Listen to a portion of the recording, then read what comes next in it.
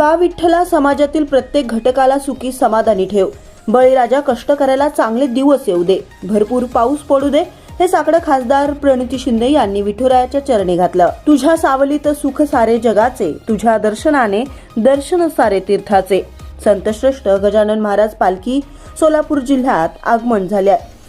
आज रोजी खासदार प्रणितीताई शिंदे रूपाभवानी मंदिर चौकात श्री गजानन महाराज पालखीचं त्यांनी स्वागत करून दर्शन घेतलं. यावेळी शहर अध्यक्ष चेतनभाऊ नरोटे, जिल्हा कार्याध्यक्ष सुरेश हसापुरे, अशोक निंबर्गी, विनोद भोसले, भारतीताई यक्कलदेवी, तिरुपती परकी पंडला, नूर अहमद नालवर, संजय गायकवाड, शुभम गुमटे, विश्वास गज्जम, सुभाष वाघमारे, श्रीकांत दासरी यांच्यासह भाविक भक्त मोठ्या संख्येने उपस्थित होते.